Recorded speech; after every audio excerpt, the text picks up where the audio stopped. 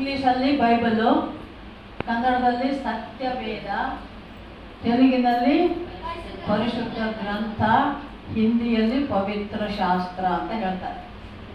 ಅಂದರೆ ಏನಿದು? ಪವಿತ್ರವಾದದ್ದು, ಸತ್ಯವಾದದ್ದು. ಅರ್ಥ ಆಯ್ತಾ? ಸತ್ಯವಾದದ್ದು, ಪವಿತ್ರವಾದದ್ದು, ಪರಿಶುದ್ಧವಾದದ್ದು.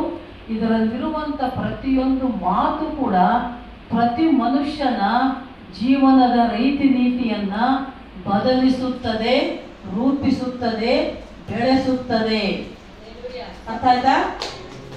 ಅಂದ್ರೆ ಏನು? ನಾವು ಹೇಗಿರಬೇಕು ಅಂತ ಮನುಷ್ಯರು ಎಲ್ಲರೂ, ಯೇಸು ಸ್ವಾಮಿ ನಂಬಿದವರಾಗಿರಲಿ, ನಂಬದೇ ಇದ್ದವರು ಕೂಡ ಬೈಬಲ್ ಓದ್ತಾರೆ ಮಕ್ಕಳು. ಅದಕ್ಕೆ ಒಂದು ಉದಾಹರಣೆ, ಒಬ್ಬ ತಂದೆ ತನಗೆ 2 ಮಕ್ಕಳಿದ್ದರಂತೆ.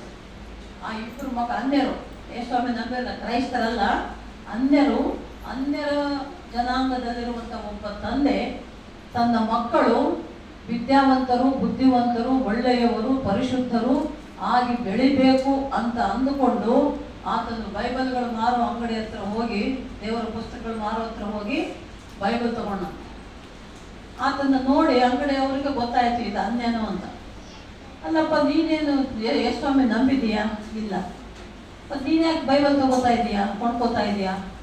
ಅದು ಒಂದಲ್ಲ 2 ಬೈಬಲ್ ತಗೊಂಡಂತೆ ಅಪ್ಪ. 2 ಬೈಬಲ್ ಕೊಂಡ್ಕೊಂಡಂತೆ. ಅಂಗಡಿಯವ್ರಿಗೆ ಆಶ್ಚರ್ಯ ಆಯ್ತಂತೆ, ನೀನು ಯೇಸು ಸ್ವಾಮಿ ನಂಬಿಲ್ಲಲ್ಲ, ಮತ್ತೆ ಬೈಬಲ್ ಕೊಂಡ್ಕೊತಾ ಇದೆಯಲ್ಲ, ಯಾಕೆ? ಅದು ಒಂದಲ್ಲ ಮತ್ತೆ 2 ತಗೊಳ್ತಾ ಇದೆಯಲ್ಲಪ್ಪ, ಯಾಕೆ ಅಂತ ಕೇಳಿದಂತೆ. ಆಗ ಅಂಗಡಿ ಕೊಂಡ್ಕೊಂಡಂತ ಹೇಳಿದಂತೆ, ನೋಡಪ್ಪ, ನನಗೆ 2 ಮಕ್ಕಳಿದ್ದಾರೆ. 2 ಮಕ್ಕಳು ಒಳ್ಳೆಯವರಾಗಿ ಬೆಳಿಬೇಕಂದ್ರೆ, ಅವರು ಪರಿಶುದ್ಧರಾಗಿ ಅವರ ನಡೆನುಡಿ ಚೆನ್ನಾಗಿ ಇದ್ದು ಬೆಳಿಬೇಕಂದ್ರೆ, ಸಮಾಜದಲ್ಲಿ ಒಂದು ಒಳ್ಳೆ ಮಾದರಿಗಳಾಗಿ ಇರಬೇಕಂದ್ರೆ ಅವರು ಬೈಬಲ್ ಓದಬೇಕು. ಬೈಬಲ್ ಜ್ಞಾನ ತಗೊಂಡ್ರೆ ಎಲ್ಲರೂ ಒಳ್ಳೆಯವರಾಗ್ತಾರಪ್ಪ. ನನ್ನ ಮಕ್ಕಳು ಒಳ್ಳೆಯವರಾಗಬೇಕು, ಅದಕ್ಕೆ ನನ್ನ ಮಕ್ಕಳು ಬೈಬಲ್ ಓದಬೇಕು ಅಂತ ನಾನು ಬೈಬಲ್ ಕೊಂಡುಕೊಳ್ತಾ ಇದ್ದೀನಿ. ಚಪ್ಪಾಳೆ ಹೊಡೆಯಲ್ಲ. ಅನ್ಯರಿಗೆ ಬೈಬಲಲ್ಲಿ ಆಸಕ್ತಿ ಇದೆ ನೋಡಿ. ಅನ್ಯರು ಬೈಬಲ್ ಓದಬೇಕು, ಯಾಕೆಂದ್ರೆ ಬೈಬಲ್ ಓದಿದ್ರೆ ಜ್ಞಾನ ಬರ್ತದೆ. ಅದು ಎಂಥ ಜ್ಞಾನ? ನಾವು ಹೇಗಿರಬೇಕು, ಏನು ಮಾಡಬೇಕು, ಏನು ಮಾಡಬಾರ್ದು, ನಾವು ಪರಿಶುದ್ಧರಾಗಿರಬೇಕು ಅಂತ ತಿಳಿಸುವಂತ ಜ್ಞಾನ ಕೊಡುವುದು ಬೈಬಲ್. ಇನ್ನೊಂದು ಮಾತು, ಸತ್ಯನಾರಾಯಣಪೇಟೆ ಬಳ್ಳಾರಿಯಲ್ಲಿ ನಮ್ಮ ಮನೆ ಎಷ್ಟು ಜನ ನೋಡಿದ್ರು? ನಮ್ಮ ಮನೆ ಸತ್ಯನಾರಾಯಣಪೇಟೆಯಲ್ಲಿರುವ ನಮ್ಮ ಮನೆ ಎಷ್ಟು ಜನ ನೋಡಿರಪ್ಪ? ನೋಡಿರಲ್ಲ. ಅದು ನಮ್ಮ ಮನೆ ಪಕ್ಕದ ಮನೆ ಬಿಟ್ಟು ಇನ್ನೊಂದು ಮನೆ ಡಾಕ್ಟರ್ ಕುಲಕರ್ಣಿ ಅಂತ, ಬ್ರಾಹ್ಮಣರು, ಕಣ್ಣಿನ ಡಾಕ್ಟರ್, ಐ ಸ್ಪೆಷಲಿಸ್ಟ್.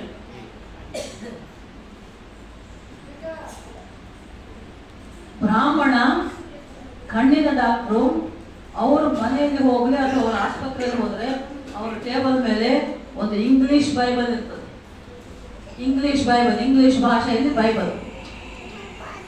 ಯಾರೋ ಬಂದಾಗ ಕೇಳಿದ್ರಂತೆ, ಏನು ಡಾಕ್ಟ್ರು, ಏನು ಸರ್ ನೀವು ಬೈಬಲ್ ಇಟ್ಕೊಂಡಿರಲ್ಲ, ಏನು ಅದು ಇಂಗ್ಲಿಷ್ ಬೈಬಲ್ ನಿಮ್ಮಲ್ಲಿ ಇದೆಯಲ್ಲ ಅಂತ ಅವ್ರಿಗೆ ಆಶ್ಚರ್ಯ ಆಗ್ಬಿಟ್ಟಂತೆ ಬಂದವರಿಗೆ ನೋಡಿ. ಕೇಳಿದಾಗ ಆ ಡಾಕ್ಟರ್ ಹೇಳಿದ ಮಾತೇನು ಗೊತ್ತಾ? ನೋಡಪ್ಪ, ಒಳ್ಳೆ ನಡೆನುಡಿ ಕಲಿಬೇಕು, ಒಳ್ಳೆ ಇಂಗ್ಲಿಷ್ ಭಾಷೆ ಕಲಿಬೇಕಂದ್ರೆ ಇಂಗ್ಲಿಷ್ ಬೈಬಲ್ ಓದಬೇಕು. ಇಂಗ್ಲಿಷ್ ಬರಲಾದವರು ಇಂಗ್ಲಿಷ್ ಬೈಬಲ್ ಓದ್ರಿ, ಇಂಗ್ಲಿಷ್ ಭಾಷಾ ಜ್ಞಾನ ಚೆನ್ನಾಗಿ ನಿಮಗೆ ಬರ್ತದೆ ಅಂತ ಹೇಳಿದಂತೆ. ಅವರು ಮನೆಯಲ್ಲಿ, ಅವರು ಆಸ್ಪತ್ರೆಯಲ್ಲಿ ಅವರ ಟೇಬಲ್ ಮೇಲೆ ಇಂಗ್ಲಿಷ್ ಬೈಬಲ್ ಇರೋದು ಯಾವಾಗಲೂ. ಆ ಡಾಕ್ಟರ್ ಹತ್ರ ಬಂದವರಿಗೆಲ್ಲ ಹೇಳೋರಂತೆ, ಅವ್ರು ಇಂಗ್ಲಿಷ್ ಭಾಷೆ ಕಲಿಬೇಕಾ ಇಂಗ್ಲಿಷ್ ಬೈಬಲ್ ಓದ್ರಿ ಅಂತ. ಅಂದರೆ ಬೈಬಲ್ ಅನ್ನ ಓದೋದರಿಂದ, ಸತ್ಯವೇದವನ್ನು ಓದೋದರಿಂದ ನಮಗೇನು ಬರ್ತದೆ?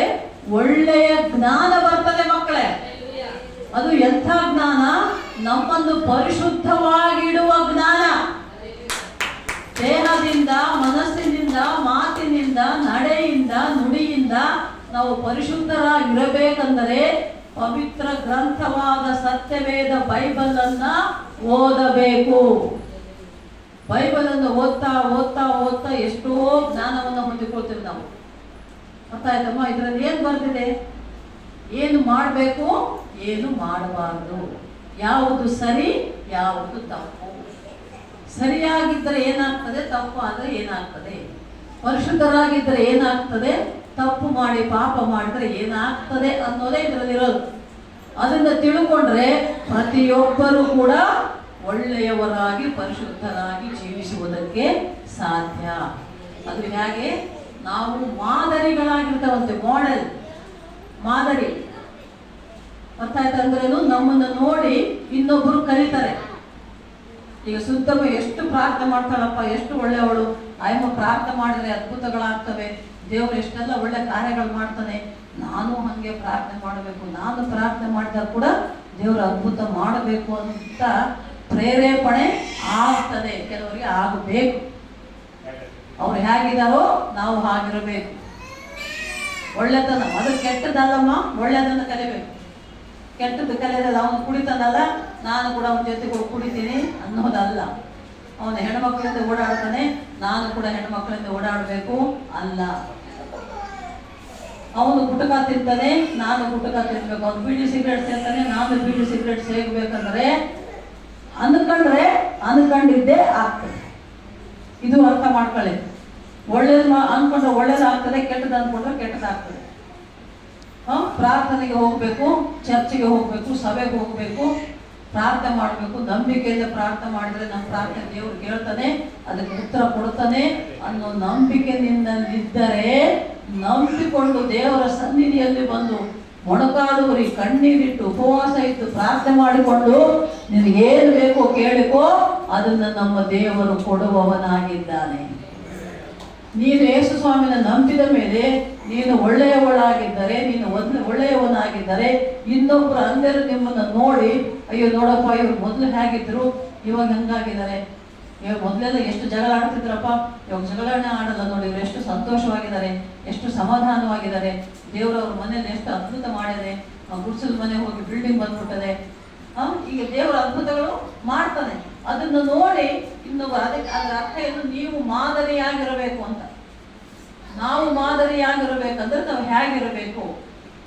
ಈ ಉದಾಹರಣೆಗೆ ಈಗ ವಿದ್ಯಾಭ್ಯಾಸ ಓದೋದನ್ನ ತೆಗೆದುಕೊಂಡ್ರೆ, ಅಂಬೇಡ್ಕರ್ ಎಲ್ಲರಿಗೆ ಮಾದರಿ. ಡಾಕ್ಟರ್ BR ಅಂಬೇಡ್ಕರ್ ಎಲ್ಲರೂ ಗೊತ್ತಲ್ಲಪ್ಪ, ನಮ್ಮ ಸಂವಿಧಾನ ಕಾನ್ಸ್ಟಿಟ್ಯೂಷನ್ ಬರ್ತಿದ್ದಾರೆ. ಅವರು ಓದಲಾರದ ವಿಷಯನೇ ಇಲ್ಲ. ಅವರ ಡಿಗ್ರಿಗಳನ್ನು ಲೆಕ್ಕ ಇಡಕ್ಕೆ ಆಗಲ್ಲ. ಅವರ ಹೆಸರು ಒಂದಿಷ್ಟಿದ್ರೆ ಅವರ ಡಿಗ್ರಿಗಳು 1 ಪೇಜ್ 2 ಪೇಜ್ ಬರೆಯಷ್ಟಿದ್ದಾರೆ. ಎಲ್ಲ ವಿಷಯ, arts, science, commerce, engineering, doctor, ಎಲ್ಲ ವಿಷಯಕ್ಕೆ ಸಂಬಂಧಪಟ್ಟಂತೆ ಎಲ್ಲ ಸಬ್ಜೆಕ್ಟು ಓದಿಬಿಟ್ಟಾರೆ ಅಂಬೇಡ್ಕರ್. ಎಲ್ಲ ವಿಷಯ ಓದ. ಅದಕ್ಕೆ ಒಂದು ಮಾತಿದೆ, ಏನಂದ್ರೆ ಆಡು ಮುಟ್ಟದ ಸೊಪ್ಪಿಲ್ಲ ಅಂತ. ಅರ್ಥಾತ್ ಮಾಡಿ ಹೋಗ್ತಿರ್ತಾರೆ, ಸುಮ್ಮನೆ ಹೋಗಲ್ಲ. ಅದು ಹೋಗ್ತಾ ಹೋಗ್ತಾ ಯಾವ ಗಿಡ ಅಂತ ಬರಲ್ಲ, ಅದು ಮುಟ್ಟಿ ಮೂಸಿ ನೋಡಿ ಮುಟ್ಟಿಗೆ ಹೋಗ್ತದೆ. ಅದಕ್ಕೆ ಹೇಳಿರೋದು ಹಾಗೆ, ಆಡು ಮುಟ್ಟದ ಸೊಪ್ಪಿಲ್ಲ, ಅಂಬೇಡ್ಕರ್ ಓದಲಾರದ ವಿಷಯನೇ ಇಲ್ಲ. ನನಗೆ ಓದೋದಕ್ಕೆ ನಿಜವಾಗಲೂ ಸ್ಫೂರ್ತಿ ಅಂದರೆ ಅಂಬೇಡ್ಕರೇ. ನಾವಿನ್ನು ಚಿಕ್ಕವರಾಗಿದ್ದಾಗಲೇ ನಮಗೆಲ್ಲ ನಮ್ಮ ತಂದೆ ತಾಯಿ, ಅದರಲ್ಲಿ ನಮ್ಮ ಡ್ಯಾಡಿ ವಿಶೇಷವಾಗಿ ಎಲ್ಲ ರಾಷ್ಟ್ರ ನಾಯಕರ ಬಗ್ಗೆ ಹೇಳೋರು, ಕಲಿಸೋರು, ಯಾರ್ಯಾರು ಏನೇನು ಮಾಡಿದ್ರು ಅಂತ. ನಮ್ಮ ಮನೆಯಲ್ಲಿ ನಾವು ಚಿಕ್ಕವರಿದ್ದಾಗ ಮನೆ ತುಂಬ ಫೋಟೋಗಳು, ಯಾರು ರಾಷ್ಟ್ರೀಯ ನಾಯಕರು, ಸ್ವಾತಂತ್ರ್ಯ ಹೋರಾಟಗಾರರು, ಅವ್ರವೆಲ್ಲ ಫೋಟೋ ಹಾಕಿ ಅವ್ರು ಇದು ಮಾಡಿದ್ರು ಅದು ಮಾಡಿದ್ರು ಅಂತ ಹೇಳಿ ಕಲಿಸಿದ್ದು ನಮಗೆ. ಅವರ ಹುಟ್ಟಿದ ದಿನ ಬಂದರೆ ನಮ್ಮ ಮನೆಯಲ್ಲಿ ಹಬ್ಬ, ಒಳ್ಳೆ ಅಡಿಗೆ ಮಾಡಿಸಿ ನಮ್ಮಪ್ಪ ಅವ್ರಿಗೆ ಪೂಜೆ ಮಾಡೋರು. ದೇಶಕ್ಕಾಗಿ ನಮಗಾಗಿ ಇಷ್ಟೆಲ್ಲ ಮಾಡಿದ್ದಾರೆ ಅವರು ಅಂತ ನೆನಪು ಮಾಡ್ಕೊಳ್ಳೋದು. ಹಾಗೆ ಒಳ್ಳೆ ನಡೆ ನುಡಿ ನಾವು ಚಿಕ್ಕವರಿದ್ದಾಗಿಂದ ಕಲ್ತರೆ ನಾವು ಇನ್ನೊಬ್ಬರಿಗೆ ಮಾದರಿಗಳಾಗ್ತೇವೆ. ಈಗ ವಿದ್ಯಾಭ್ಯಾಸ ಮಾಡುವುದಕ್ಕೆ ಮಾದರಿ ಅಂಬೇಡ್ಕರ್. ಆ ಅಂಬೇಡ್ಕರೇ ನನಗೆ ಕೂಡ ಬಹಳ ಇಷ್ಟ. ಅವ್ರು ಅಷ್ಟು ಡಿಗ್ರಿ ಓದಿದ್ರಲ್ಲ, ನಾನು ಕೂಡ ಹಾಗೆ ಓದಬೇಕು ಅಂತ ಅಂದುಕೊಂಡು ಇಷ್ಟಪಟ್ಟು ನಾನು ಓದಿರೋದು 8 ಡಿಗ್ರಿ. ಗೊತ್ತಾಯ್ತಾ ಮಕ್ಕಳೇ? ಯಾಕೆ ಓದಿದೆ ಅಂದರೆ ಓದೋದಿಷ್ಟ, ಇಂಟ್ರೆಸ್ಟ್, ಆಸಕ್ತಿ. ಮದುವೆ ಮುಂಚೆ ಓದಿದ್ದೀನಿ, ಮದುವೆ ಆದಮೇಲೆ ಓದಿದ್ದೀನಿ, ಪ್ರೆಗ್ನೆಂಟ್ ಆದಮೇಲೆ ಓದಿದ್ದೀನಿ, ಡೆಲಿವರಿ ಆದಮೇಲೆ ಓದಿದ್ದೀನಿ, ಮಕ್ಕಳಾದಮೇಲೆ ಓದಿದ್ದೀನಿ, ನೌಕರಿಗೆ ಸೇರಿದ ಮೇಲೆ ನೌಕರಿ ಮಾಡ್ಕೊಂತ ಓದಿದ್ದೀನಿ, ಸೇವೆಗೆ ಬಂದ ಮೇಲೆ ಸೇವೆ ಮಾಡ್ಕೋತಾನು ಓದಿದ್ದೀನಿ. ಒಟ್ಟು 8 ಡಿಗ್ರಿ ಓದಿದ್ದೀನಮ್ಮ. BSc, B.Ed, MA, LLB, special, law course, ಆಮೇಲೆ ಬೈಬಲ್ ಸ್ಟಡೀಸಲ್ಲಿ BTH, MTH, DD, doctorate in divinity ಅಂದರೆ ದೈವತ್ವದಲ್ಲಿ ಡಾಕ್ಟರೇಟು, ದೈವಶಾಸ್ತ್ರದಲ್ಲಿ ಅಂದರೆ ದೇವರ ಬಗ್ಗೆ, ಬೈಬಲ್ ಬಗ್ಗೆ ಅಧ್ಯಯನ. ಆಮೇಲೆ PhD, ಡಬಲ್ ಡಾಕ್ಟರೇಟ್. ನಮ್ಮ ಅಪ್ಪ ಅಮ್ಮನಿಗೆ ನಾನು MBBS ಡಾಕ್ಟರ್ ಆಗಬೇಕಂತ ಭಾಳ ಇಷ್ಟ ಇತ್ತು. ಆ ಡಾಕ್ಟರ್ ಕೋರ್ಸ್ ಓದೋಕ್ಕಾಗಲಿಲ್ಲ, ಆದರೆ ಇದರಲ್ಲೇ ಡಾಕ್ಟರೇಟ್ ತಗೊಂಡು ಹೆಸರಿನ ಮುಂದೆ ಡಾಕ್ಟ್ರು ಅಂತ ಬರ್ಕೊಳ್ಳಂಗೆ ಆಗಿದೆ. ಆಸಕ್ತಿ ಇರ್ಬೇಕು, ಇಷ್ಟ ಇರ್ಬೇಕು. ನಮ್ಗೆ ಏನಾದರೂ ಮಾಡಬೇಕು ಅಂದ್ಕೊಂಡ್ರೆ ಅದನ್ನ ಮಾಡುವಂಥ ಮನಸ್ಸು, ಛಲ, ಇಷ್ಟ ಇಡಬೇಕು. ಪ್ರಯಾಸ ಪಟ್ಟರೆ ನಮಗೆಲ್ಲ ಒಳ್ಳೆಯದಾಗ್ತದೆ. ಹಾಗೆ ನಮ್ಮ ಜೀವಿತ ಒಂದು ಮಾದರಿಯ ಜೀವಿತ ಆಗಿರಬೇಕು ಅಂದರೆ ಮುಖ್ಯವಾಗಿ 3 ವಿಷಯಗಳು, 3 ರೀತಿಯ ಜೀವಿತ ನಿನ್ನದಾಗಿರಬೇಕು. ಆ 3 ರೀತಿ ಯಾವುದನ್ನು ಹೇಳ್ತದೆ ಇವತ್ತು ದೇವರು ಮಾತನಾಡ್ತಿರೋದು. ಮೊದಲನೇದು ಪರಿಶುದ್ಧವಾದ ಜೀವಿತ, ಎರಡನೇದು ಸದಾಚಾರ ಅಂದ್ರೆ ಒಳ್ಳೆ ನಡೆನುಡಿಯ ಜೀವಿತ, ಮೂರನೇದು ನೈತಿಕತೆಯ ಜೀವಿತ. ಮೊದಲನೇ ಅಂಶ ನಾವು ನೋಡಿಕೊಳ್ಳೋಣ. ಪರಿಶುದ್ಧರಾಗಿರಬೇಕು. ಪ್ರತಿಯೊಬ್ಬರು ನಾವು ಪರಿಶುದ್ಧರಾಗಿರಬೇಕು ಅಂತ ದೇವರ ವಾಕ್ಯ ಹೇಳ್ತಾರೆ. ಯಾವ ರೀತಿ ಪರಿಶುದ್ಧರಾಗಿರಬೇಕು? ನಮ್ಮ ನಡೆಯಿಂದಲೂ, ನುಡಿಯಿಂದಲೂ, ಆಲೋಚನೆಯಿಂದಲೂ, ಹೃದಯದಿಂದಲೂ, ಮನಸ್ಸಿನಿಂದಲೂ ಶುದ್ಧವಾಗಿರ್ಬೇಕು. ನಾವು ಅಪ್ಪಿ ತಪ್ಪಿ ಕೂಡ ಕೆಟ್ಟದ್ದು ಯೋಚನೆ ಮಾಡಬಾರ್ದು, ಕೆಟ್ಟದ್ದು ಮಾತಾಡಬಾರ್ದು, ಕೆಟ್ಟ ನಡೆ ನುಡಿ ಇದು ಇರಬಾರ್ದು ನಮಗೆ. ಅದಕ್ಕೆ ದೇವರ ವಾಕ್ಯ ಏನು ಹೇಳ್ತಾ ಇದೆ ನೋಡಿ. 1ನೇ ಪೇತ್ರರು 1ನೇ ಅಧ್ಯಾಯ 15-16 ವಚನಗಳು ನೋಡ್ರಿ ದೇವರ ವಾಕ್ಯದಲ್ಲಿ. 1 ಪೀಟರ್ 1 ಚಾಪ್ಟರ್ 15-16 ವಚನ. ನಿನ್ನನ್ನು ಕರೆದಾತನು ಪರಿಶುದ್ಧನಾಗಿರುವ ಪ್ರಕಾರವೇ ನೀವು ವಿಧೇಯತೆಗೆ ತಕ್ಕಂತೆ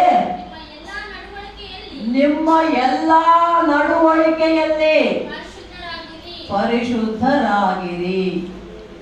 ಯಾಕಮ್ಮ ನಾವು ಪರಿಶುದ್ಧರಾಗಿರ್ಬೇಕು? ನಮ್ಮ ಕರೆದಾತನು ಯಾರು? ಏಸಪ್ಪ, ಮೇಲಿರೋ ದೇವರು, ತಂದೆ ಕುಮಾರ ಪರಿಶುದ್ಧಾತ್ಮ ದೇವರು ನನ್ನನ್ನು ನಿನ್ನನ್ನು ಕರೆದಾನೆ. ಕರೆದಾತ ಹೇಗಿದ್ದಾನೆ?